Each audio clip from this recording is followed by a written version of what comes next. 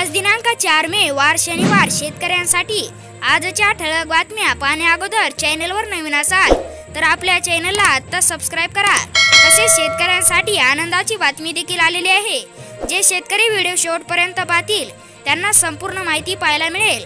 तर चला पाहूया आजच्या ठळक बातम्या। मुंबईसह राज्यात उष्णतेची लाट आठवडाभर, हवामान खात्याचा अंदाज 8 ते 11 दिवस विदर्भ मराठवाडा होरपळणार। शेतमालाला दीडपट हमी भावाचा कायदा करा, शेतकरी परिस्थितीत शेतकऱ्यांची मागणी।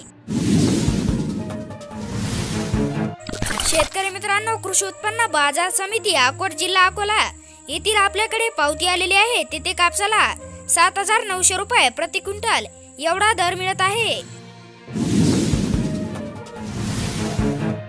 विविध संकटामुळे गावरान आंबा हद्दपार होण्याच्या मार्गावर।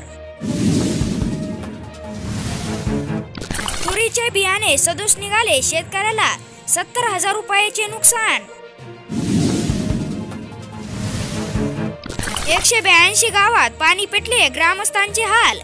बुलढाणा जिल्ह्यात पाणी टंचाईच्या झळा तीव्र झाल्या आहेत। यामुळे शेकडो गावातील लाखो ग्रामस्थांचे पाणी साठ्यासाठी हाल होत आहेत। जिल्ह्यातील 46 गावावर पाणी टंचाईचा सावट पसरले आहे। जलस्रोत कोरडे पडल्यामुळे व पर्यायी योजना नसल्यामुळे टँकर शिवाय दुसरा पर्याय नाही।